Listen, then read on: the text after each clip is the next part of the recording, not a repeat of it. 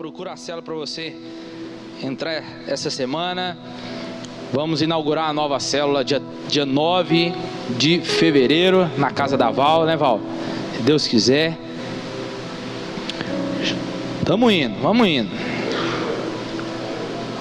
Vou deixar para os mais novos trabalhar agora, porque eu estou chegando nos 30, então já começando a parar já.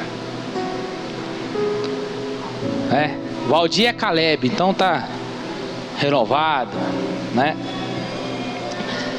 Quem encontrou? Vamos lá. Pedro e João subiam juntos ao templo à hora da oração, a nona. Ora, era trazido um homem que desde o ventre da mãe era coxo, o qual todos os dias punham à porta do templo, chamada Formosa, para pedir esmola aos que entravam. Vendo a Pedro e a João que iam entrando no templo, pediu que lhe desse uma esmola. Pedro, juntamente com João, fitando os olhos nele, disse: olha para nós. E olhou para eles, esperando receber alguma coisa. Disse Pedro: não tenho prata nem ouro, mas o que eu tenho eu te dou. Em nome de Jesus Cristo Nazareno, levanta e anda. Tomando pela mão direita, o levantou, e logo seus pés e artelhos se firmaram. Saltando ele, pôs-se em pé e começou a andar.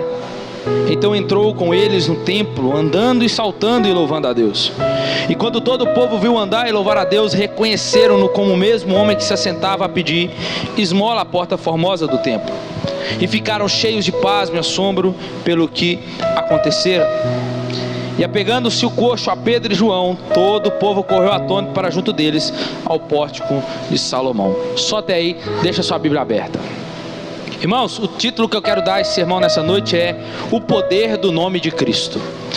Você crê que há poder no nome de Jesus? Quanto tempo você não ouve uma mensagem dessa, né? Então, vamos lá. Entendermos sobre Atos dos Apóstolos requer de nós um retorno, e o retorno é a vida dos apóstolos. E nós vamos lembrar que Jesus, ele vai comissionar os seus, e os dois deles que eu quero me atentar com vocês aqui é Pedro e João, dois pescadores, dois homens que andavam sempre juntos, amigos.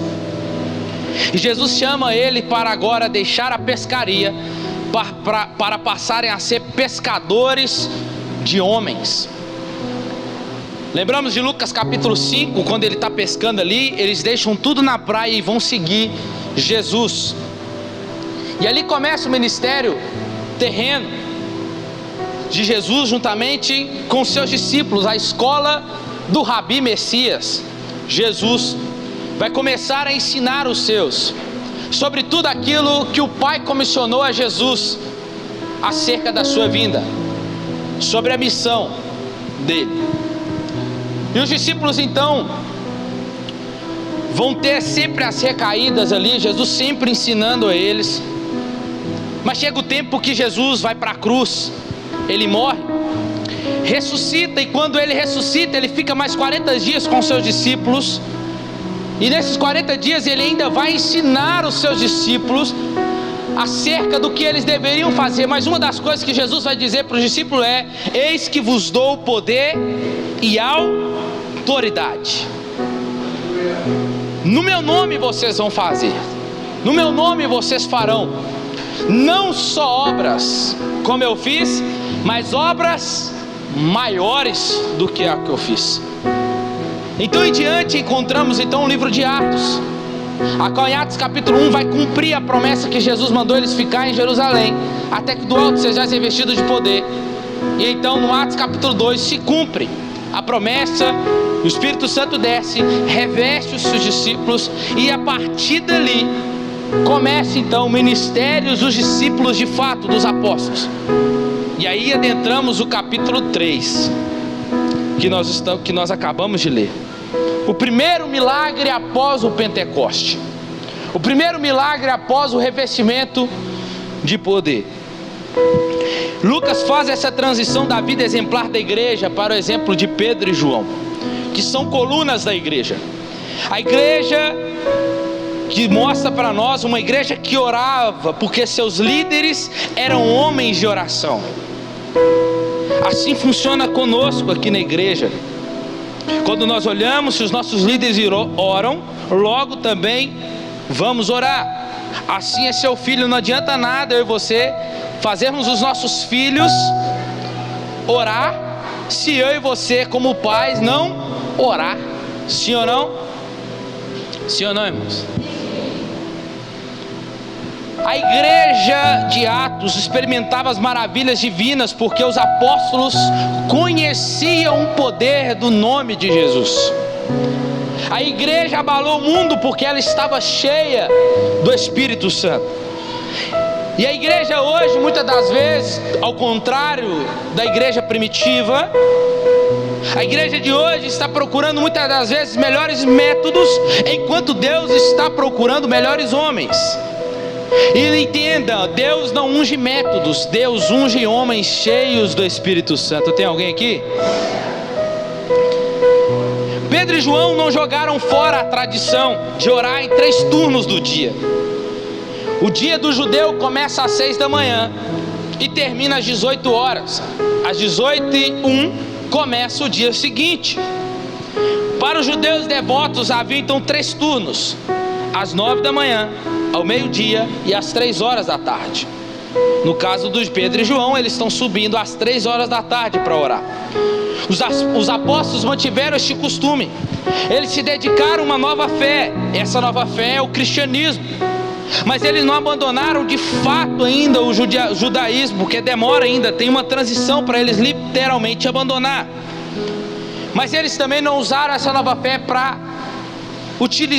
se utilizar como desculpa para violar a tradição. Eles sabiam que a nova fé e a velha disciplina podiam e deviam andar juntas. Pedro e João, homens de oração, entendiam que Deus era muito mais importante que a obra de Deus. Pedro e João são sempre vistos com frequência ao longo das escrituras. Eram sócios no negócio de pesca, Lucas capítulo 5. Prepararam a última Páscoa dos judeus para Jesus em Lucas capítulo 22. Correram para o sepulcro na manhã do primeiro domingo da Páscoa em Lucas capítulo 20. E ministraram junto aos samaritanos que creram em Jesus, lá em João 8. Agora, eles estavam indo para o templo para orar às 3 horas da tarde. E eu quero me ater aqui com vocês a algumas verdades que o texto nos mostra. Primeiro, é que eles andavam juntos, versículo 1. Pedro e juntos subiam juntos ao templo a hora da oração. Eram costumes, sempre, já era hábito deles fazerem isso. Eram homens de oração. Sempre vamos ver os dois juntos, orando. E este era o segredo dos apóstolos para os seguirem, para se tornarem quem eles foram. A oração era prioridade na vida dos apóstolos. Eles oraram para receber a promessa em Atos capítulo 1. Diante da ameaça do sinédrio, oraram e pediram mais intrepidez para pregar, e o mundo foi abalado. Hoje, infelizmente, a igreja tem deixado de abalar o mundo, e o mundo tem abalado totalmente a igreja. Os apóstolos então tomaram uma importantíssima decisão em Atos capítulo 6. Quanto a nós, consagraremos ao ministério da oração e da palavra. Porque, irmãos, uma igreja que ora, ela abre portas para a intervenção milagrosa de Deus. Amém? Como diz um pastor, um saudoso pastor que ministrou aos nossos corações no seminário, ele dizia que obras para Deus sem oração produzirá fariseu, que ora para aparecer e faz também para aparecer. Por isso que Jesus vai ensinar em Mateus capítulo 6, que não sejais como os fariseus, que oram nas praças públicas, que jejuam, mas não lavam o seu rosto, mas gostam de mostrar que estão jejuando. Nós temos umas coisas, irmãos, que tem horas que poderíamos estar orando, mas estamos fazendo algo. E tem horas que estamos orando e poderíamos estar fazendo algo. Os discípulos, eles sabiam o tempo certo da oração, mas o tempo certo também de agir.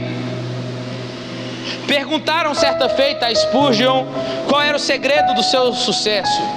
Ele respondeu: eu trabalho de joelhos. John Knox, no século XVI, um pré-reformador, ele mostra a realidade religiosa da Escócia. E a história diz que ele era um homem que agonizava a oração, dizendo assim: Senhor, dá-me a Escócia para Cristo, senão eu morro. Irmãos, o segredo da oração e que os apóstolos ensinam aqui é que nós não oramos para ter, nós oramos para ser. Pois quando eu oro para ser, eu estou apto a ter o que Ele tem para mim. Porque a oração não muda Deus, a oração muda a mim e muda você, na medida em que nós oramos a Ele. A oração muda o nosso caráter, transforma a nossa vida. Então, por meio da oração é que os apóstolos se tornaram quem eles são. Foi por meio da oração que Jesus ensina a eles que sempre é preciso se retirar algum tempo para se orar. Mas aí, além deles subirem para orar, diz o texto no versículo 2, que era trazendo um homem que desde o ventre da mãe era coxo, a qual todos os dias é colocado à porta do templo, chamada Formosa, para pedir esmola aos que entravam. Colocar um paralítico, ou seja, um mendigo na porta do templo, era uma estratégia para trazer sensibilidade ao povo, para comover o povo. Para que colocar aquele paralítico ali? Para que ele receba algo, ou aquilo que ele quer receber. E Lucas registra como segue para nós. Era estratégico colocar um mendigo ali, ou paralítico, na porta do templo, porque na medida que as pessoas iam adentrando para adorar a Deus, normalmente elas estão mais sensíveis à necessidade do povo.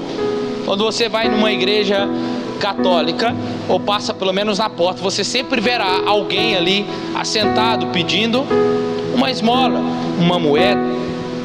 Porque entendemos que não é possível amar a Deus a quem não vemos, se não amamos o próximo a quem vemos. Eram 3 horas da tarde, prestes a começar uma reunião de oração do templo. Pedro e João estavam passando quando o paralítico lhe pede a esmola. Juntamente com João, Pedro fitou os olhos naquele paralítico e ele disse: olhe para nós.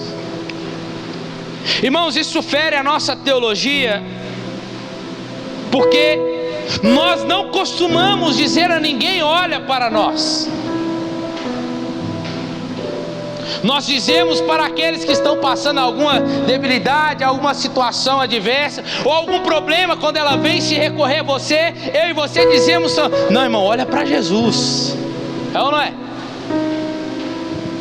Sim ou não? Fazer sim. Nós dizemos para ela: olha para Jesus, irmão. Não olha para o homem não, olha para Jesus. Mas irmãos, escute isso aqui. Jesus já havia alertado acerca da conduta dos fariseus.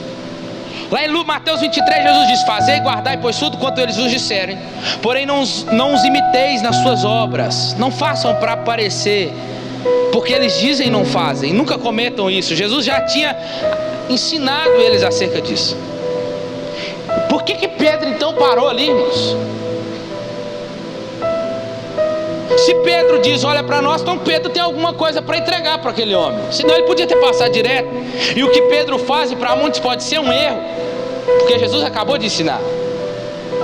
E alguns chegam até a pensar: Pedro não teve os nossos professores, não passou pelos nossos seminários. Mas Pedro aprendeu aos pés de Jesus. E a palavra de Deus diz que nós somos cartas escritas. O apóstolo Paulo diz que nós somos imitadores de Cristo. Mas só que nesse dia, irmãos, não era mais um dia qualquer para aquele homem. Talvez para aquele homem, mas era mais um dia.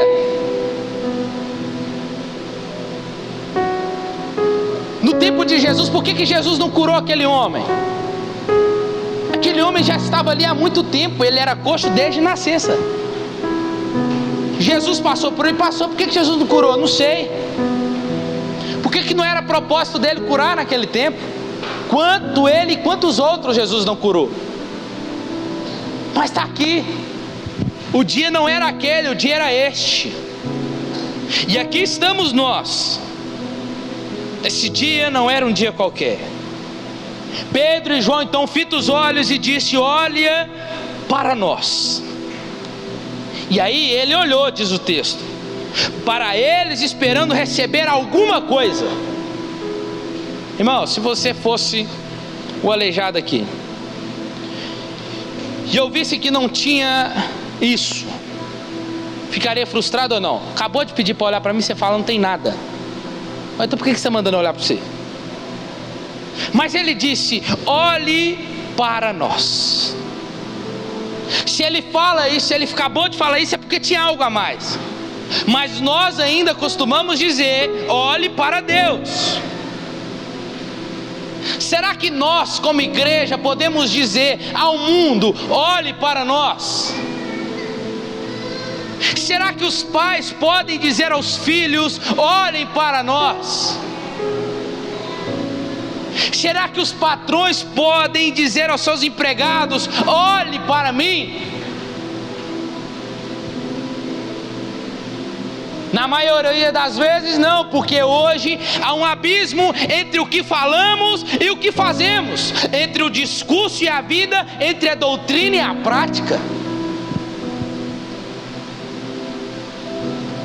Porque se nós falamos olha para nós, é porque você puxa a responsabilidade para você, e aquela pessoa começa a olhar para você, e nós fugimos dessa responsabilidade.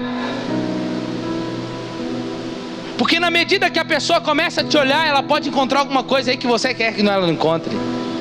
Mas Pedro e João estavam intactos, viviam uma vida em santidade, uma vida na prática. Era conduta e vida andando juntos, era doutrina e prática andando juntos, era o discurso andando junto com a vida. Mas e nós? Será que nós podemos dizer ao mundo: olhe para nós? Sabe por causa de quê, irmãos? Porque o contato mais forte que as pessoas vão ter de Jesus é através de nós. Você está aqui? O contato mais forte que as pessoas vão ter de Jesus é através de nós. A porta formosa que não externa conforme diz o nome dela. Dentro reflete algo, mas por fora é outra realidade. Parecemos nós, muitas das vezes, uma porta formosa, bonita por fora, e por dentro, muitas das vezes,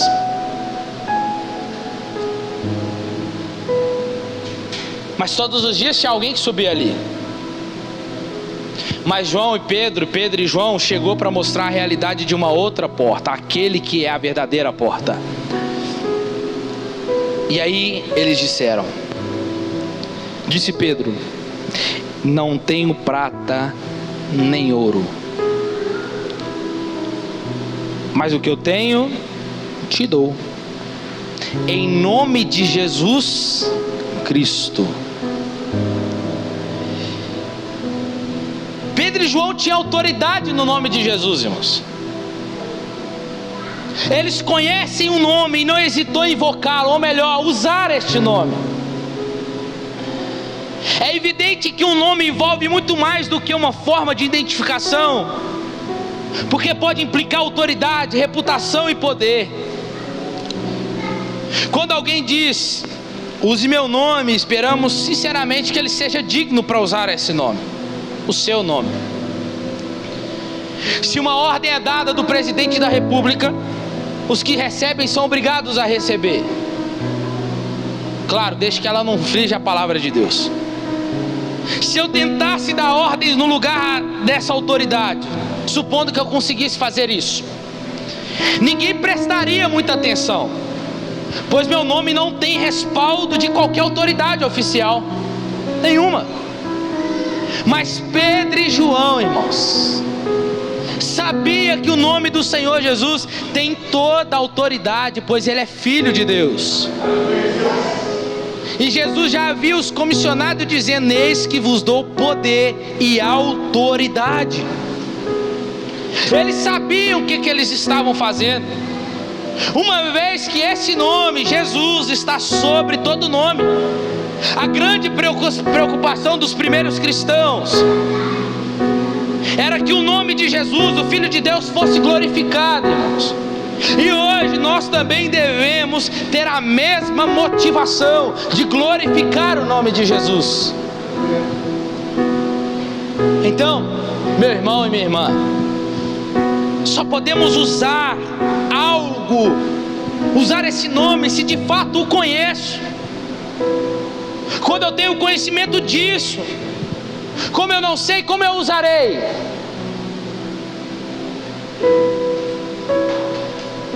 É sobre o nome de Jesus que há poder. Não é na força do meu braço e nem do seu braço, irmãos. Nos tempos antigos nós ouvimos muito sobre isso, que ser no nome de Jesus, mas hoje parece que virou um jargão na nossa vida. Nós usamos esse nome, no nome de Jesus, amém, no nome de Jesus vai dar certo, no nome de Jesus é beleza. Mas você tem consciência do que nós estamos falando?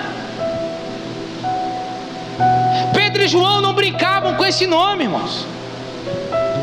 Eles sabiam, eles tinham consciência do que havia e o poder que há nesse nome, o nome de Jesus. Então não é para eu e você usar se você não conhece esse nome. Não é para que eu e você venha usar de qualquer jeito, sem ter conhecimento.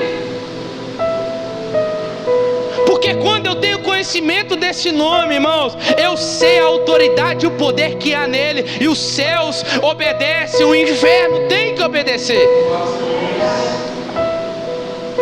Há poder no nome de Jesus. O mendigo pediu uma esmola e recebeu novas pernas.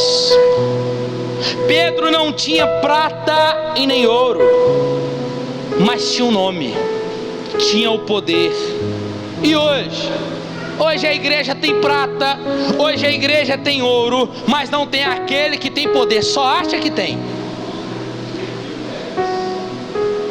O poder não estava em Pedro, mas estava no nome de Jesus, ou seja, em sua suprema autoridade. Quando eu falo prata e ouro, irmão, não é sobre as suas riquezas, não é sobre ouro e prata que você tem, mas é sobre as suas vontades, os seus desejos. É sobre quando nós viemos para a casa de Deus, para encontrar num culto como esse, nós venhamos procurar as nossas vontades. Nós chegamos no culto esse, não é glorificar a Jesus, não é dizer em nome de Jesus, receba, Senhor, o meu culto, no nome de Jesus, Deus, eu creio. Não, nós viemos para um culto como esse, às vezes só para buscar o ouro e a prata. Porque quando nós receber o ouro e a prata, sabe o que vai acontecer? A sua fome vai ser saciada, mas vai ser saciada momentaneamente. Daqui a pouco você volta de novo. Pedro conhecia o poder daquele nome e não hesitou em invocá-los. Em nome de Jesus, ou em nome ou o nome que vai designar a autoridade que está por trás do falar. É você entender que não é sobre quem você é, não é sobre o que eu e você fazemos, mas é sobre Jesus. Você está aqui, irmãos? É sobre Jesus. Se Satanás virasse na boca de alguma pessoa e virasse na cara de Pedro e falasse: eu te conheço, você negou Jesus, agora você está aqui usando. Pedro com certeza na autoridade falou assim: eu não quero saber quem eu fui, eu quero saber no nome de quem que eu falo agora. Eu falei no nome de Jesus. Mas pastor, você não sabe quem eu fui. Mas pastor, eu fiz isso, eu fiz aquilo outro, eu era isso, eu era aquilo. Irmão, não importa quem você foi ou deixou de ser, o que importa é quem você é agora. Use o nome de Jesus.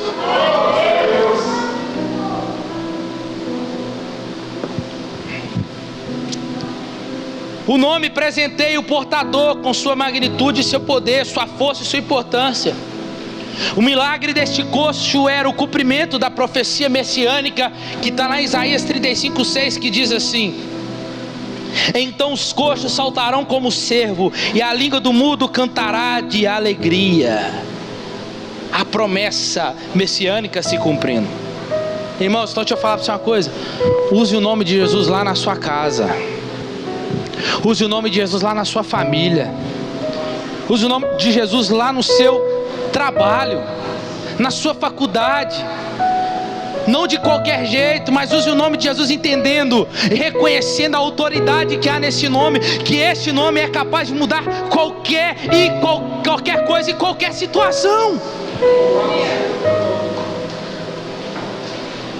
O homem queria prata e ouro, mas não era o que ele precisava.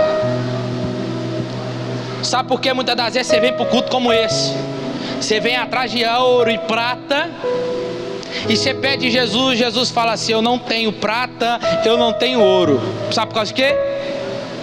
Porque Deus, escuta, Deus nem sempre vai nos dar aquilo que queremos, mas o que precisamos.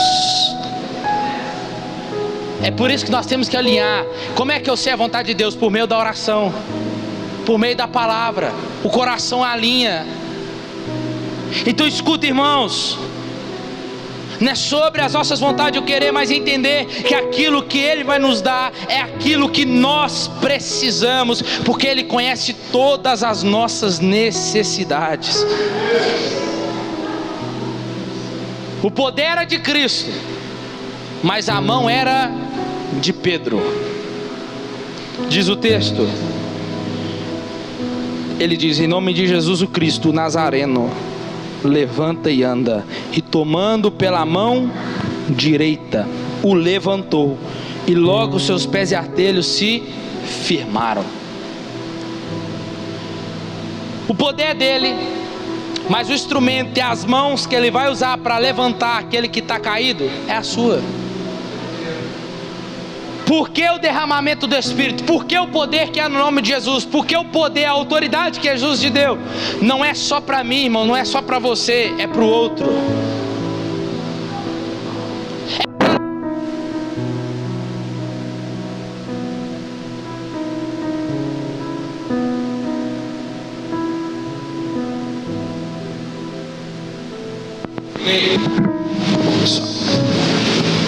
Jesus, eu estou aqui, não esquece de mim não.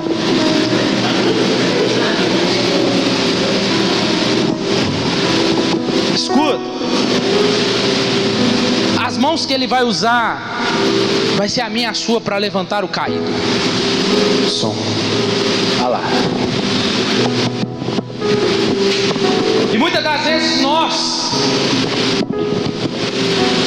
olhamos para algo assim. Eu falo nós como igreja, eu estou falando a pessoa lá fora. Uma pessoa que um dia entrou aqui e foi embora.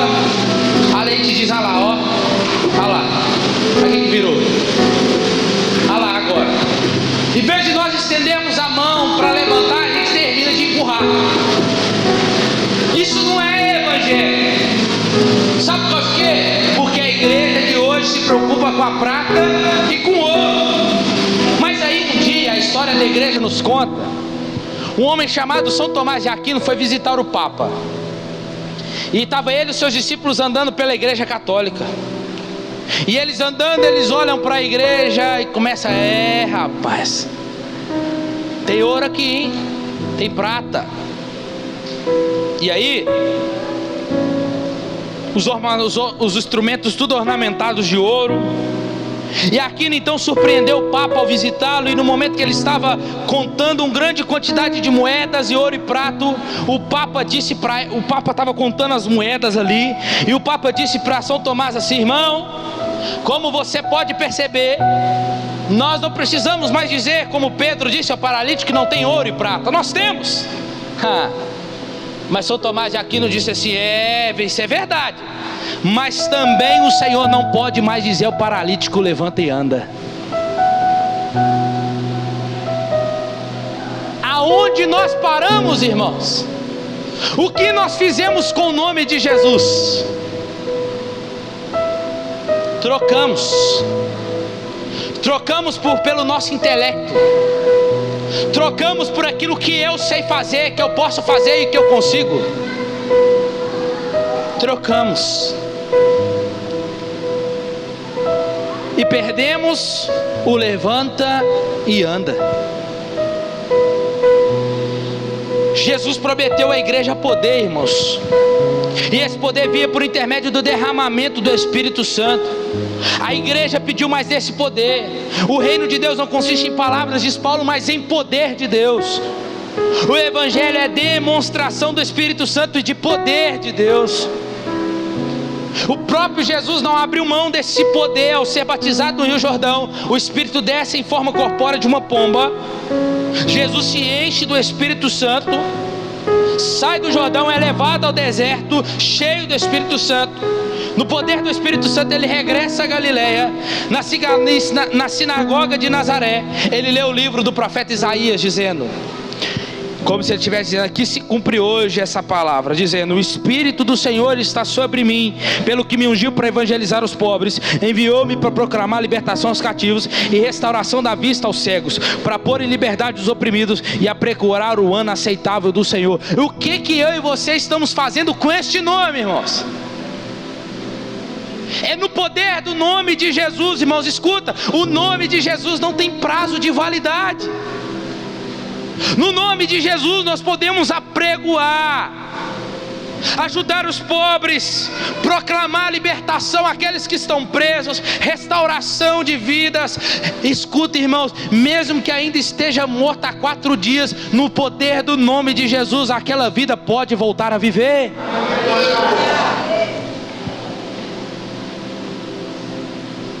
A igreja que nós somos, pregamos muito aos ouvidos e não aos olhos.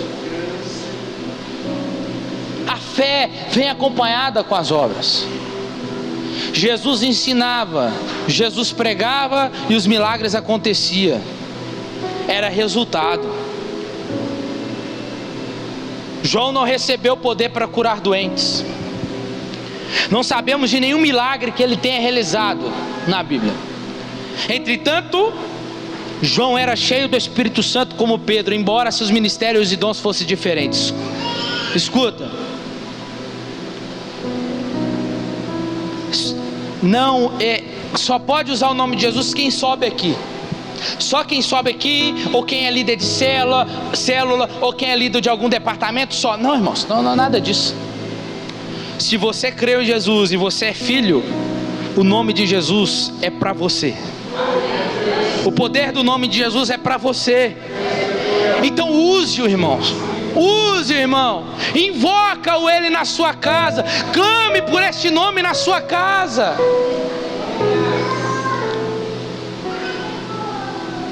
O apóstolo João não tinha dom de curar como Pedro, mas experimentou o poder do Espírito Santo a fim de ser exemplo para os outros homens.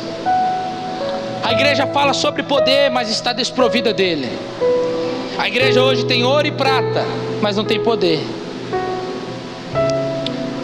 Esse poder que não foi dado para nós rodarmos, pularmos, sapatearmos.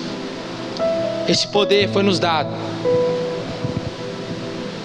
para o outro, para servir, para pregar o Evangelho, para propagar a mensagem da cruz, para dar vista aos cegos, para libertar aquele que está preso. Essa é a missão, irmãos. Porque depois do revestimento do Espírito, a primeira coisa que aconteceu foi Pedro pregando e Jesus salvando 3.000 almas.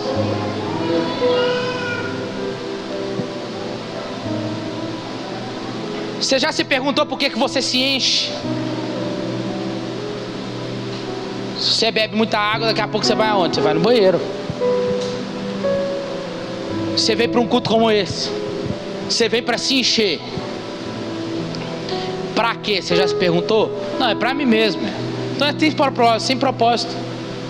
Totalmente sem propósito, se for só para você. Se encher tem a ver que você em algum momento vai precisar derramar em alguém. Você está entendendo? Você se enche para derramar, você se enche para esvaziar em alguém.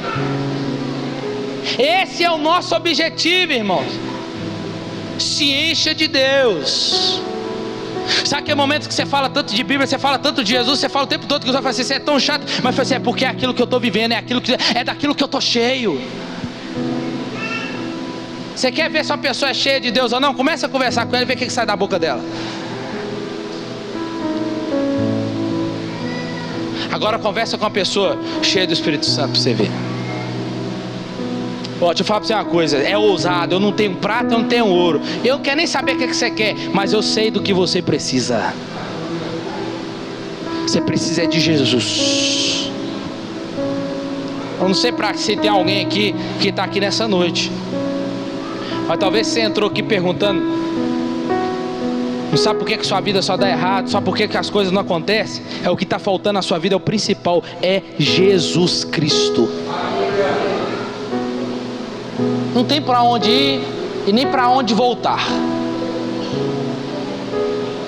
Prega os ouvidos, precisamos pregar os olhos também. Precisamos lembrar, entretanto, que o Evangelho não consiste em palavra, mas em poder. E terminando, tomando pela mão direita, o levantou, e logo seus pés e artelhos se firmaram. Isso aqui é o Evangelho que eu vejo aqui. Eles tinham uma vida de compaixão. E todos os dias aquele homem estava na porta do templo. Era conhecido de todos, irmão, daquela cidade. Sua cura foi um testemunho irrefutável do poder de Jesus. Mas escuta, vamos imaginar a cena aqui comigo aqui, agora.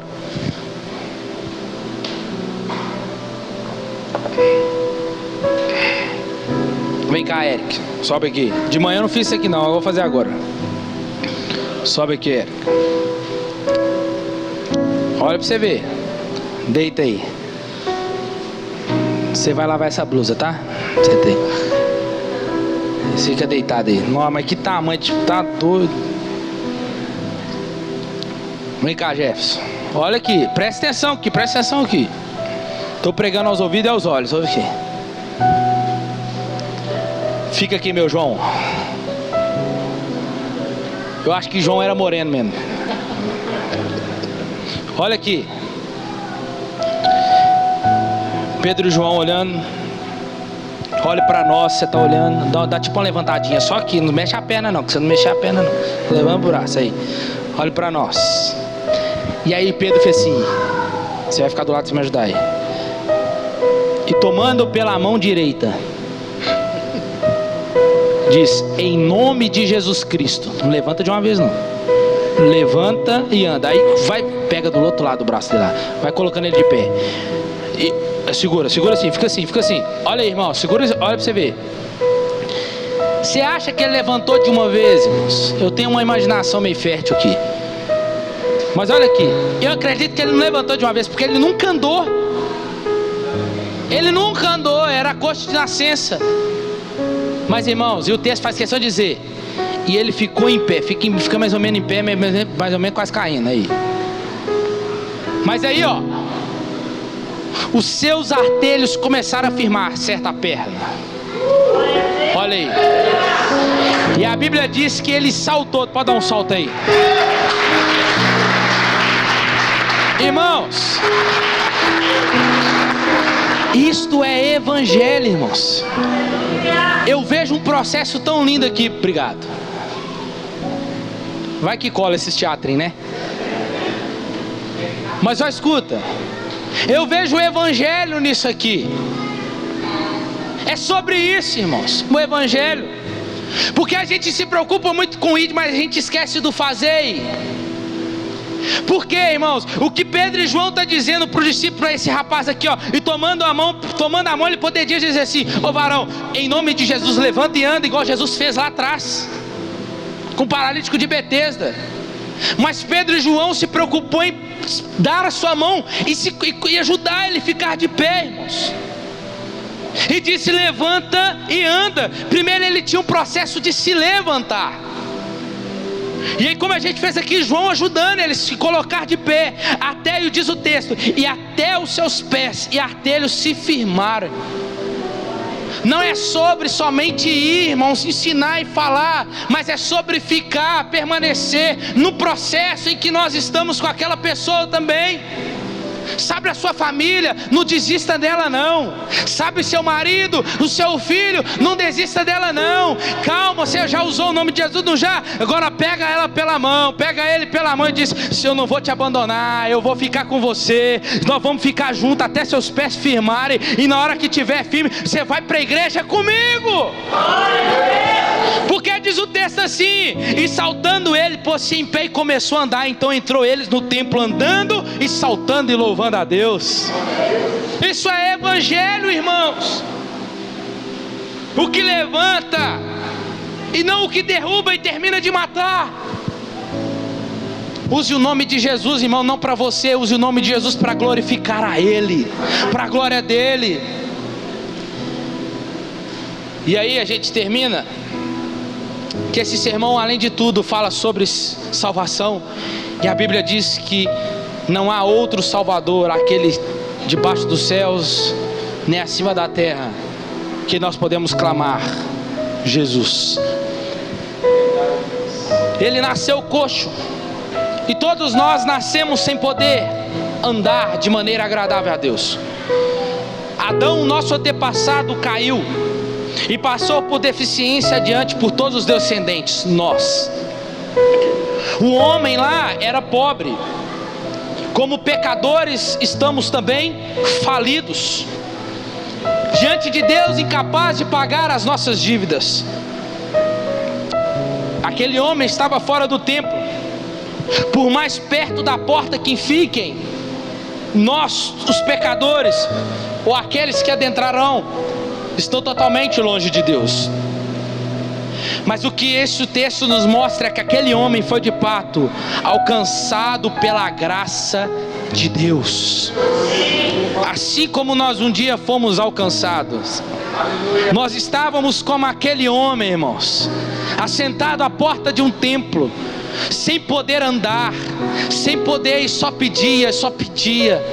Mas um dia Jesus nos encontrou, irmãos, e nos colocou de pé e nos fez andar. E aqui estamos nós andando, para assim como os discípulos fez, nós também precisamos fazer, dar continuidade, levantar pessoas e colocar essas pessoas para andar, entender que esse nome há poder. Só existe uma prescrição para o milagre acontecer: Deus tem que estar presente. E se Ele estar presente, então o milagre acontece.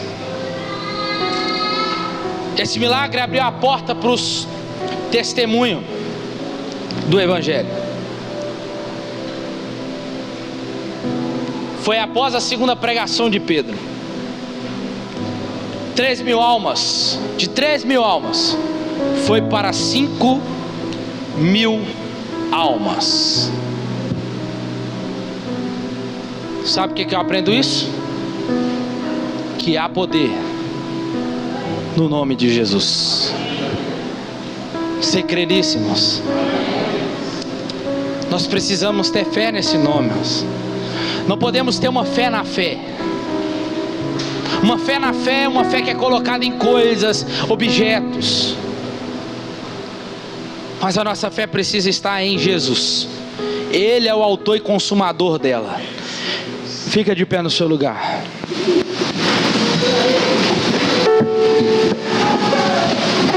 Escuta aqui. Sabe aquela situação lá? Irmã Neuza? Vamos ver se era no nome de Jesus. Irmãos, em 2006 eu fui diagnosticado com um problema nas vistas chamado glaucoma. E o médico falou assim: essa doença é de velho, rapaz, você está muito novo. Tinha meus 10, 12 anos. E aí falou assim: vamos começar o tratamento, você está novo, vamos lá. Porque ao decorrer do tempo você vai perder a visão. É sério. E aí começamos o tratamento em 2006. Vamos lá, o dia todo o médico medindo pressão, olhando a pressão dos olhos, minha cabeça doía demais. A pressão dos olhos só aumentava. Aí o remédio era R$83, o Lumigan, que era um colírio, durava somente uma semana. E aí viajei com meu avô para o estado do Paraná. E lá minha família, a maioria são cristãos, e começaram a orar lá também, pedindo oração. Voltei de lá, continuando o tratamento. No final de 2008, eu lembro que meu avô falava comigo assim, ó: fica tranquilo, você vai fazer seu tratamento, mas quem vai te curar vai ser Jesus. Eu lembro que eu cheguei em 2008, no final do ano de 2008, com a minha mãe. Cheguei lá, e a médica sentou, falou: senta aí, diga aí, como é que você está se sentindo? Sentei, olhei. Ela falou assim: uai, tem alguma coisa estranha aqui. Eu falei: o que foi, doutor? Aumentou? Não tô vendo mais nada aqui não. Aleluia! Aí eu fui e falei assim: vamos fazer uma bateria de exame aqui. Vamos lá, não tem como, não tem cabimento. Fez. Irmãos, ela falou assim: sumiu o seu glaucoma. Eu falei: não sumiu, Jesus fez ele desaparecer daqui. Aleluia! Glória a Deus! Meu irmão era neném ainda, o Júnior. Eu lembro que ele estava sentindo muita dor de ouvido. Minha mãe já tinha feito alguns procedimentos, tudo certinho. E aí, o meu avô subiu lá em casa e falou assim: o Juninho chorava tanto, mas tanto, que meu avô falou assim: calma, nós vamos orar. E meu avô orou. Meu avô era um homem muito de fé e falou assim: Senhor Jesus, eu oro no teu nome. Essa dor de ouvido vai embora agora. O meu irmão dormiu e quando ele acordou, sumiu. Glória a Deus! A nossa irmã Silene acabou de chegar aqui na porta. Ela estava passando por um período muito difícil de tratamento da saúde, que talvez ia precisar de cirurgia, verdade? Mas sabe que ela chega ali agora contando? Que sumiu. Glória a Deus! Quem fez isso? Jesus! Jesus, você crê nesse nome? É Jesus que tem poder, irmãos. Claro que nós não vamos ser negligentes com os médicos, porque Jesus deixou eles aqui. Jó fala sobre eles. Nós sabemos que temos que ir procurar os médicos, irmão. Mas entenda, irmãos, há poder no nome de Jesus. Nós vamos tomar o remédio, mas Jesus pode nos tirar dessa. Nós vamos fazer tratamento, mas eu creio que Jesus vai me curar. Eu creio que Jesus vai libertar. O meu filho pode ir até para uma clínica, mas eu creio que quem vai tirar ele de lá vai ser Jesus. Jesus, irmãos. Você vai usar esse nome lá na sua casa, irmãos. Você vai invocar por esse nome lá na sua casa e vai dizer: em nome de Jesus eu creio que a porta vai se abrir. Em nome de Jesus eu creio que a minha família vai ser salva. Em nome de Jesus eu creio que meu filho vai ser liberto. O meu casamento vai ser restaurado. Vai ser no nome de